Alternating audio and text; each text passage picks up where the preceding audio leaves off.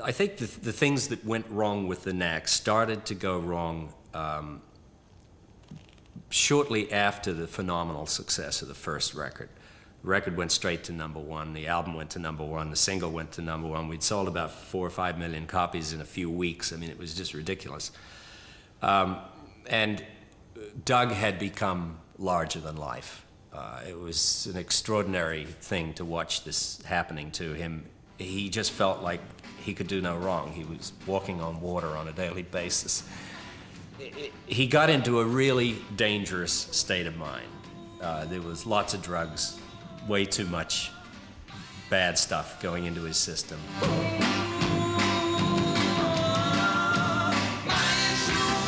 Truth be told, I ran the band with an iron fist.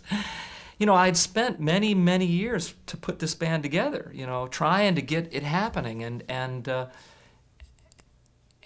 and felt that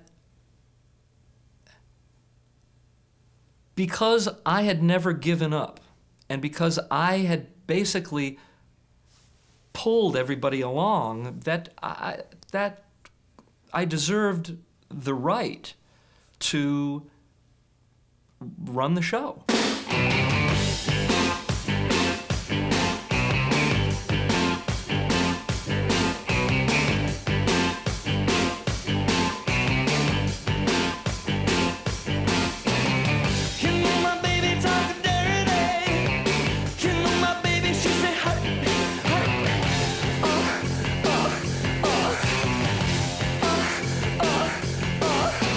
Then the second record came out, was basically panned by the critics.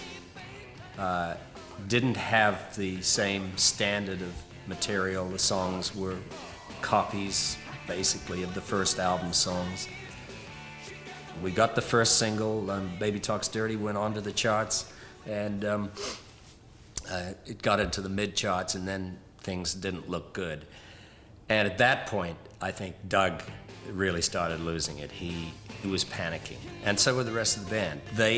Suddenly the reality that this wasn't gonna last forever sunk in. They were scared. They looked really, really scared.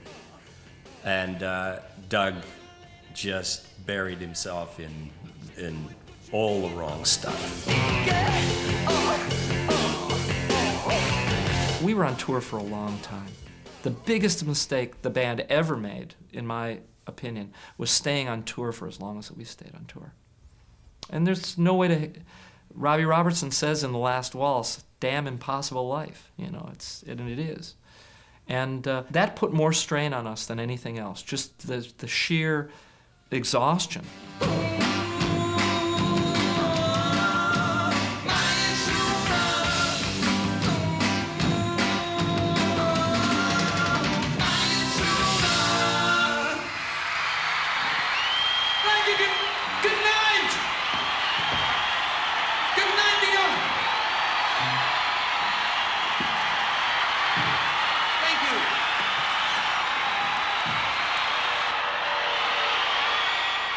I got the girl.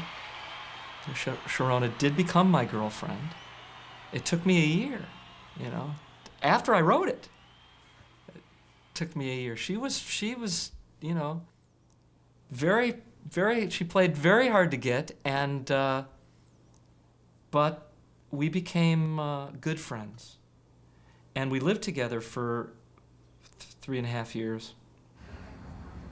I'm due to have a baby any day now, so I'll tell her that her mom was hip then and is still hip now, and she'll be a little hipster too, hopefully.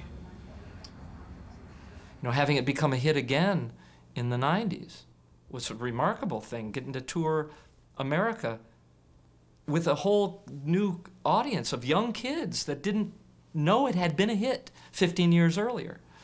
That was remarkable. You know, and I still meet kids today, young people, you know, 17, 18, who were like 12 when it was a hit from Reality Bites, you know, and to them it's their youth. And there are people, you know, my age who it was their youth too, because we all had that experience when it first happened.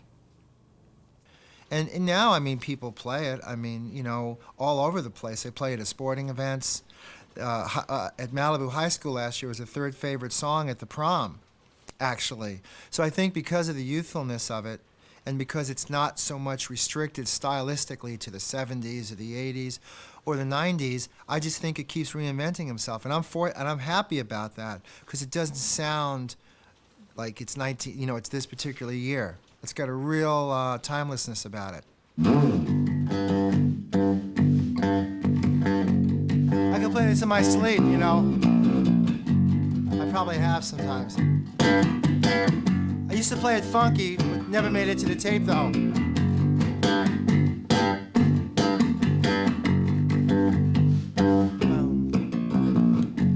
I wrote a song for Austin Powers recently, which was being considered for the soundtrack. I did a TV show called Fame in LA, which unfortunately didn't get picked up for a new season, and I was performance coach for that. Just a lot of different projects. I'm always looking for new things to do. My greatest goal is to have my own instrumental, based on drums, record out there. But right now, I've been touring with a band called World Classic Rockers, and what that is we've been doing corporate shows and fairs and stuff like that. It's been fun. I have a young girl who's 19, going on 20. Her name is Erin Evermore.